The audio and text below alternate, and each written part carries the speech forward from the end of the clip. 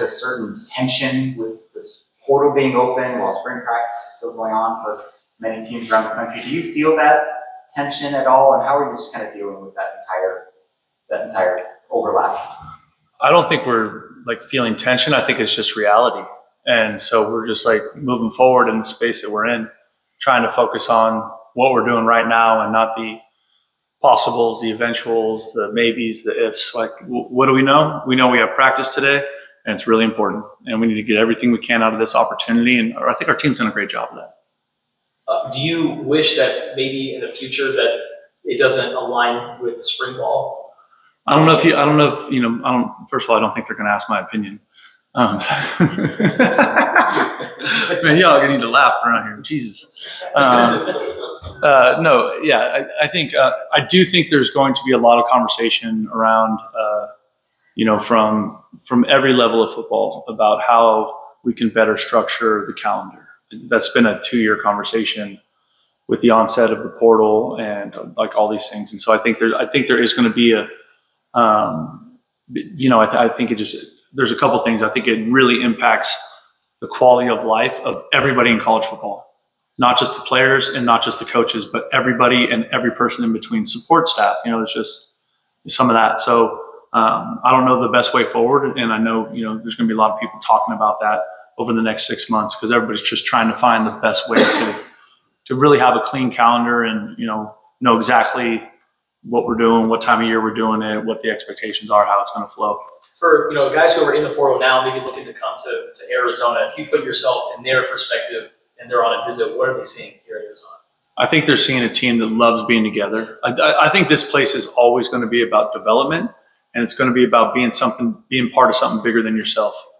And if you want to do that, then you're going to love it here. If it's all about you and all about the money, then you probably ain't going to end up here. Probably not going to end up here. And that's okay. You know, football is still the ultimate team sport that was ever created, in my opinion. And you need people that are willing to be a part of a team and willing to bust their butt every day to like give to the greater good or give to the brotherhood here. And I think that's what you're going to get here. And I think when you're around our players, when you're around our coaches, when you're around just the whole city of Tucson, that's what you're going to feel. You know, that bear down brotherhood is everywhere, and you can feel it. And I think that's a really special thing. And we're going to fight to hold on to that every way we can. Matt Atkins said something to the effect of part of spring is about breaking down barriers and getting to know the player from a more personal level. Why is that important to you as a head coach, and how do you go about that? Well, I think the better they know me and the better I know them, the better we can be for each other. Like the better I can coach them, the better I can support them on their journey. The more honest they'll be with me, the more they trust me, and the more they'll trust our coaching and our philosophy and how we're moving forward as a program together, you know, after the departure of their last head coach. And so absolutely. And we've always done so much of that with our team, with our teams at San Jose State. You know, a lot of that came from Coach Comey. Like, he was a big team building guy. I would say like maybe one of the guys at the real forefront of that. And that's always been a huge part of me. And so the more connected we are, the more committed we become.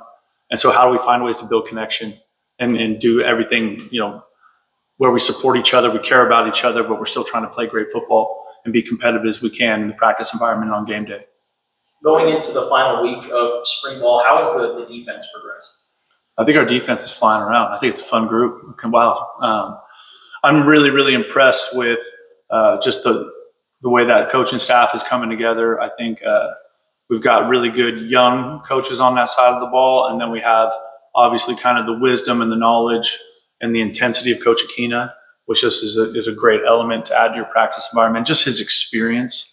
And then also you have Coach Gonzalez, right, who's called a lot of games, a lot of big games in a lot of situations, and he kind of brings a fun element to it from what his background is. And so I think they're really coming together nice.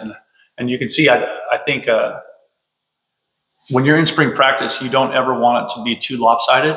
There needs to be a little back and forth. Like, you need to trade punches. It can't be all, you know, one side of the ball or the other. Because if that's the case, you're going to have some real trouble in the fall. And I think there's been awesome days for both sides of the ball. There's been awesome moments for each side of the ball in the scrimmages or in the teamwork. And I'm really excited about how they're coming along. Go ahead. Decided on the format for spring game? Are you doing a traditional pick two teams? Or is it No, it's not going to be traditional because we're still just trying to fill out the roster. You know, so we're not going to be able to have, like, you know, a blue team and a red team. So it's going to look a little bit more like a practice with a scrimmage element in there some way, kind of maybe similar to today, but obviously there's some structure we have to build into it for television and the Pac-12 network and all that stuff. How do you pronounce the first name of your general manager? Geiska. Geiska, okay. What is the story of him joining your organization? Did you know him before? Did you reach out to him? What does he bring to you? So I was familiar with him before because he worked at UNLV, and I thought in a short window they had built a really strong roster in our conference, right? And and then he left there and he went to Western Michigan when they had a head coaching change. And so when I talked to the people that he worked with at both places, they were just blown away by how good they thought he was and how much value he added to their programs. And then we interviewed a handful of guys, and the conversation that we had with him was outstanding. Like, he knocked it out of the park. Like, all the concerns I had, like, he was all over, and it was really, really impressive. And he's been great so far. How do you feel about the offensive line depth right now? I know there's a few guys that are kind of. Yeah. We got some guys that are, up, down, back. So we're a little bit thin there right now. And so we're going to be smart about how we practice the next few days. But also, I think, this is the fourth quarter of spring practice, and we need to attack these next 3 practices with everything we got, because then we have such a huge break before we actually get back rolling again. So these practices are critical for our process and our development. Yeah, and in the summer, is it all player-led stuff? Can Yeah. happen? You don't get any hours together? You can, but then you would have to subtract from the strength and conditioning. Okay. So that's a philosophical question that some people choose to and some people choose not to. And you're depending on the strength? I'm going to trust the strength and conditioning staff to get them ready to play. Is T-Mac okay? I saw that he left practice. We'll find out. Yeah. Okay. Yeah, we'll find out. Any other receivers that have stood out to you outside of T-Mac and Montana? Oh, I thought we had some good plays by Kevin Green today. I think Malachi has been real development this spring. Has been fantastic. I think that group is really good, and I think I give Coach Cummings credit, because he was kind of a guy that I worked with for a long time, and he built a really good group of players in that room. And we're excited about all of them.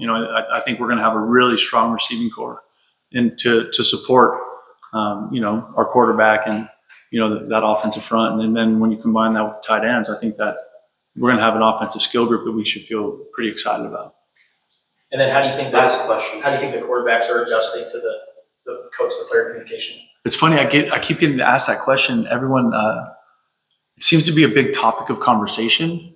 I got asked it twice today. It's really like not even a big deal, Maybe because it's practice. I think that it's probably going to feel different on game day.